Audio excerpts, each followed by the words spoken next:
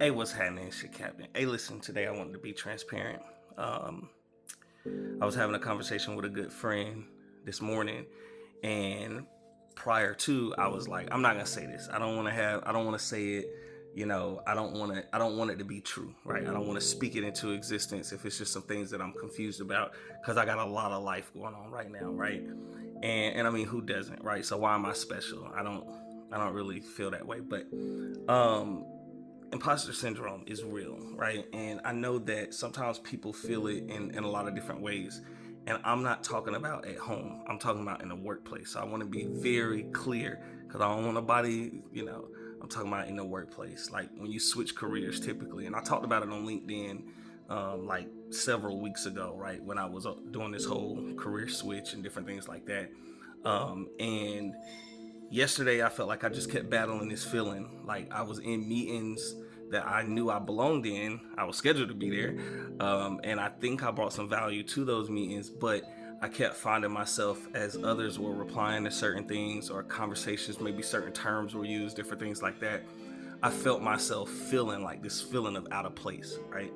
And I didn't really have nobody to talk to during the day. I mean, I reached out to like, my best friend, Josh, what up? I had like that, but I didn't have nobody in person to just like sit down and be like, hey, this is what I'm feeling, whatever. And that could also like amplify things, right? Sometimes in a way that they're not intended because you can start trying to convince yourself of things you're by yourself, right?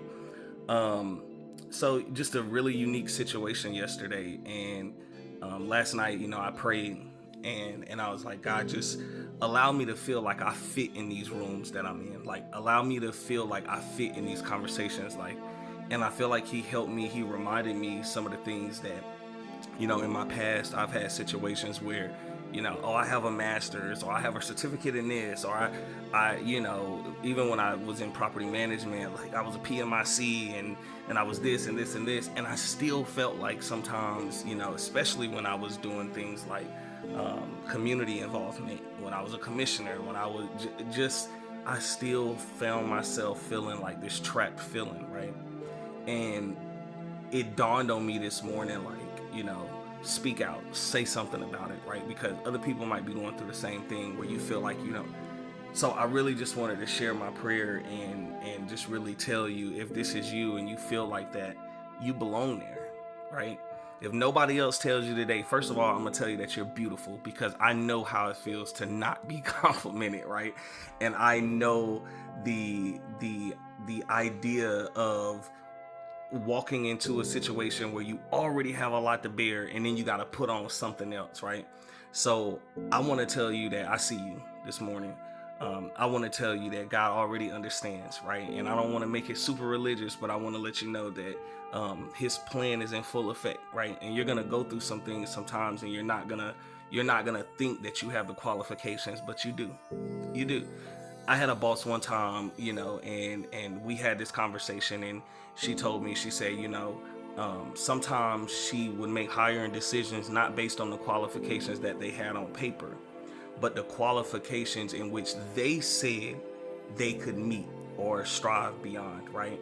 And it puts you in this place where it's like, why would you listen to what they said instead of what's on paper? She said it's because they already believe it. Man, it took me to another level, right? They already believe it. Even if they didn't have the degree yet, they believe they could achieve it. They believe they had the knowledge that would excel, right? They believe that they already maintained the wherewithal to go after it, right? That they had the ability to strive further, right? And in that conversation, we're talking about strategic thinking, and y'all know I play in agile thinking and Scrum, and and now just a data engineer. And I feel like yesterday or last night I prayed, and this morning I felt so different about it, right? I didn't feel like I was trapped. I felt like now the way I look at it is, first of all, this meeting is for me. This meeting is for me, right? And you think about it, you're like, oh, don't get big headed. Nah, don't get big headed. Understand that you belong there, right? Your insight is what's going to make that meeting successful, or that project successful, or that task, or whatever it is that you're working on. Don't exit yourself from the room. I want you to pull your seat up to the table and think of it as if you're at the chair at that table. Right? The right decision is not going to be made without your input. That's how I thought about it this morning. That's how I'm going to get through my day to day. It won't be imposter syndrome. It will feel like I'm waiting on the room to catch up to what I bring to the table. I'm ready for y'all to schedule the next meeting to hear what I have to say. That's a way through it. Imposter syndrome is real, and it can be a thinking trap. You can get involved in something and just really feel like you don't belong, but you do. But you do. And for whatever reason, the universe, God's plan, whatever you want to go through as far as speaking towards your destiny, but you were put in that situation for the exact reason of making it a success, achieving success in that position, or again, that project, whatever the case may be. So I battled a little imposter syndrome yesterday. I'm human. Beat myself up about it real bad, but this morning I'm in a different light. This morning I feel different, and it's because I believe. So have some belief, have some faith today. Kick imposter syndrome's ass and know that you belong. Jay.